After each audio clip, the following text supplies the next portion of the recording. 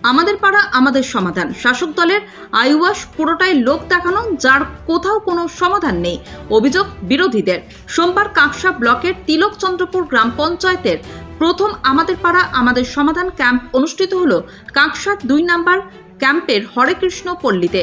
এদিনে পাড়ার সমাধান ক্যাম্পে উপস্থিত ছিলেন কাঁকসা পঞ্চায়েত সমিতির বন ও ভূমি কর্মাধ্যক্ষ পিরু আলম খান, কাঁকসা ব্লক তৃণমূল কংগ্রেসের ব্লক সভাপতি নবকুমার সামন্ত, তিলকচন্দ্রপুর গ্রাম পঞ্চায়েতের প্রধান স্বপ্না বাগদি, উপপ্রধান প্রসেনজিৎ ঘোষ সহ অন্যান্যরা। কাঁকসা ব্লকের বিজেপির প্রাক্তন মণ্ডল সভাপতি পরিতোষ বিশ্বাস বলেন, মুখ্যমন্ত্রী মমতা বন্দ্যোপাধ্যায়ের নতুন করে সাধারণ মানুষকে ভুল বোঝানো এবং প্রলোভন দেখানো, কারণ সামনে বিধানসভা নির্বাচন, তাই সাধারণ মানুষকে প্রলোভন দেখিয়ে কাছে টানার একটা প্রচেষ্টা। দুয়ারে সরকার প্রকল্পে জানানো হয়েছিল 100% কাজ সম্পূর্ণ, তাহলে নতুন করে আমাদের পাড়া আমাদের সমাধান কেন নিয়ে আসতে হলো রাজ্য সরকারকে? তাহলে কি সেই সমস্ত কাজ এখনো অসম্পূর্ণ?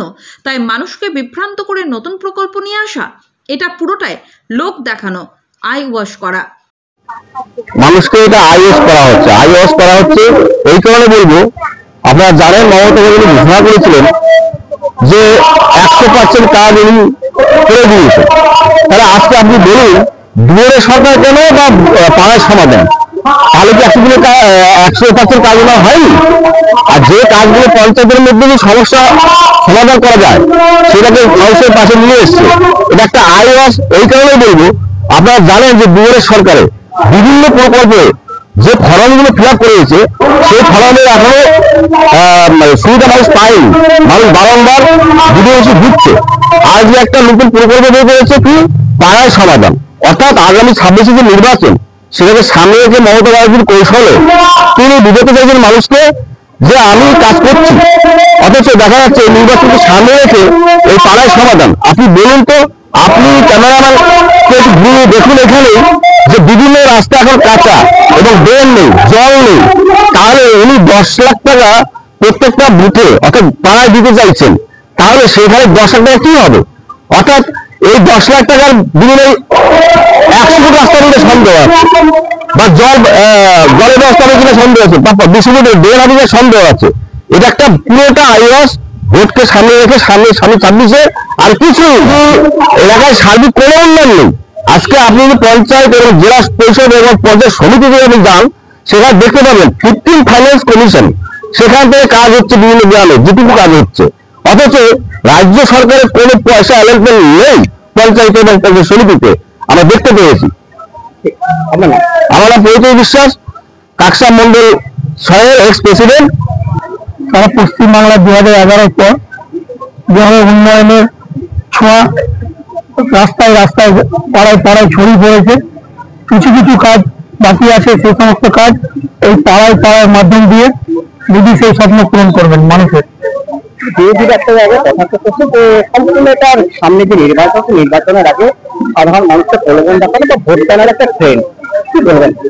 তৃণমূল কংগ্রেস শুধু নির্বাচনের জন্য কাজ করেন না, সারা বছর মানুষের স্বার্থে মানুষের পাশে থেকে যদি কাজ করে চলেছেন।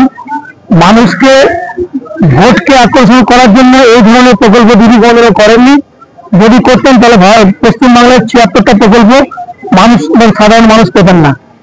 এইটা একটা এমন প্রকল্প পাড়ায় পাড়ায় যে সমস্ত ছোট ছোট কাজ যেগুলো হয়তো কিছু কিছু জায়গায় ছেড়ে গেছে, সেই সমস্ত কাজগুলোকে গুছিয়ে নেওয়ার জন্য এই পাড়ায় পাড়ায় সমাধানের একটা স্কিম করা হয়েছে। এতে তৃণমূল সর্বদাই মানুষের পাশে ছিল এবং সারা বছর তৃণমূল পাশে থাকে। যারা বিরোধী তারা শুধু ভোটের সময়তে আসে এবং সারা ভারতবর্ষ থেকে এসে বাংলাকে একটু গরম করার চেষ্টা করে, কিন্তু তৃণমূল কংগ্রেস এবং মমতা ব্যানার্জির উন্নয়ন মানুষের পাশে সারা বছরই থাকে।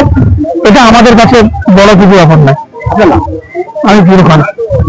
আজকে প্রথম ইজ্জতগঞ্জ ভোট নাম্বার 42 এবং 43 সামনে কি কি প্রকল্প এখনো পর্যন্ত বাকি রয়েছে?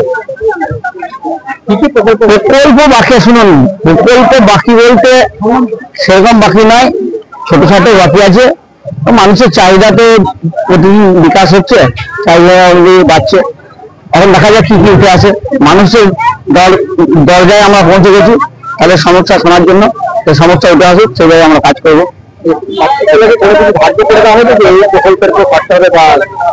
হ্যাঁ, প্রকল্প রাজ্য করা বলতে আপনার আমাদের যে প্রকল্প উঠে আসছে তার ভোটিং হবে, আমার নির্মাণ সহায়ক আছে, তারা ঠিক করবে কত টাকা হবে। কতদিন ধরে করবে? 2 মাস হয়ে গেল। শুরু করতে হবে আজকে, শুরু প্রকল্প কাজ করতে শুরু হবে জানুয়ারি মাসের মধ্যে সমাপ্ত করতে হবে। আমার নাম প্রসেনজিৎ ঘোষ, তিলকচন্দ্রপুর।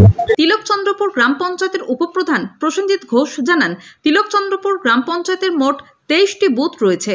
তার মধ্যে আজ প্রথম ক্যাম্প শুরু হলো। নিত্যদিন সাধারণ মানুষের চাহিদা বাড়ছে, তাই যে সমস্ত ছোট ছোট নতুন কাজ বাকি রয়েছে সেই সমস্ত কাজের জন্য আমাদের পাড়া আমাদের সমাধান প্রকল্পকে নিয়ে আসা।